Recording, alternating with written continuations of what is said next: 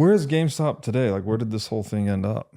So for the past few years, right, like, so the price ran up all the way to, $350, $400 a share. We had the buy button shut off. We thought it was all over in February, and then end of February of 2021, it comes up again. In all of March and all of April, it keeps ripping up. It keeps having these like FTD, what are called like FTD cycles, where there's just a huge wave of fails to deliver that all have to get cleared out of the system. And so the hedge funds are forced buyers to buy up the shares. And then once it gets bought up again up to 350, then they would short it back down. And so we saw this cycle play out for all of 2021.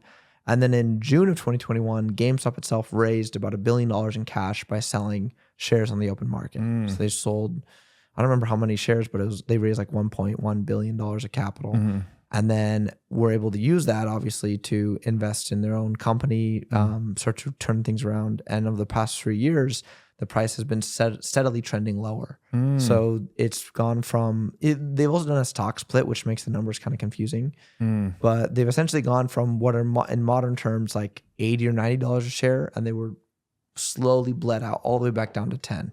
And then 2 weeks ago, Roaring Kitty, DFV, the guy who originally tweeted about all this and who made $50 million going along options and stocks on GameStop, he tweeted again after a 3-year hiatus from Twitter. And his tweet, combined with positive earnings news that we had a few months ago, just sent the stock back into a frenzy, and we went back up to $80 a share, which is like $320 post split or pre split.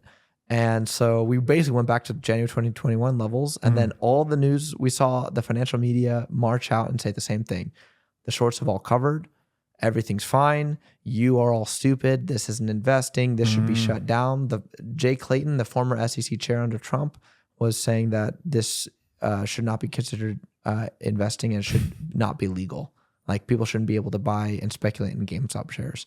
And regardless of what you think of the actual company, it's a stock market. Speculation is the name of the game. Like, how come some people are allowed to speculate on NVIDIA using 0-day to expiry options or SPY? It's all fucking speculation, by the way. You're always, you don't ever know what's going to happen in the future. You're buying with the anticipation of future appreciation, but you have no fucking idea if that's going to happen or not. The word speculation is thrown around so much. All human action is speculative, actually, right? Like, you take a step, you don't even know if your leg's going to hold out. Like, everything you do is speculative. Exactly. The other thing here seems to be like the power of memes becoming real, basically. And so that's why a lot of these traditional firms are throwing a fit about it, and maybe the regulators as well. Is that what's happening here? The power of the meme is starting to touch the real financial system, and we're seeing the consequences of that? I think it's the power of the meme is the power of internet virality. It's the power of people's anger and just distrust and angst against the system, right? In that one run up of January 21, the first one, I remember seeing, like, because I was on the Reddit boards for like almost 24 hours a day, and it was people's sentiment essentially was like, this is Wall Street, Occupy Wall Street 2.0. We couldn't beat them by physically occupying Wall Street. Now let's take their money. This is the way to beat them. And this anger, this latent upsetness, if you call it, against 2008 and the crime that was committed against our economy that still hasn't been resolved, was reemerging as this like way of like, let's screw the system over by buying these shares and forcing shorts to cover and forcing this thing to go to the moon. And I remember there was one really viral post on Reddit that week that said, they control us because they control the money. And again, this was like, these are people who have never read, The Creature from Jekyll Island. They're not Bitcoiners. They're not libertarians. This is a mass media thing. There's stupid memes. There are, people doing paintings of GameStop, like with their toes. Like, it's just, it's stupid, internet stupidity. Like, all that stuff, like, rap videos, like all the, what you think of as like traditional, like kind of crappy pop culture was coming out. But the top post on like the 28th, one of the top posts was, they control us because they control our money. And there's the Joker meme of like I'm burning the pile It's of not cash. about the money. He's like, yeah, let it burn. And people said, I'm buying GameStop. I don't even care if I make money. Wow. This isn't about the money. This is like a financial revolution. It's a protest. It's saying fuck you to the system that's so broken. That's so funny. Cheating us. You brought up the Occupy Wall Street 2.0, and then you bring up that tweet. They control us because they control the money.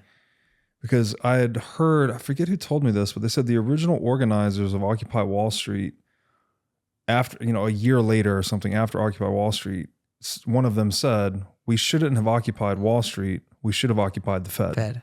Yeah.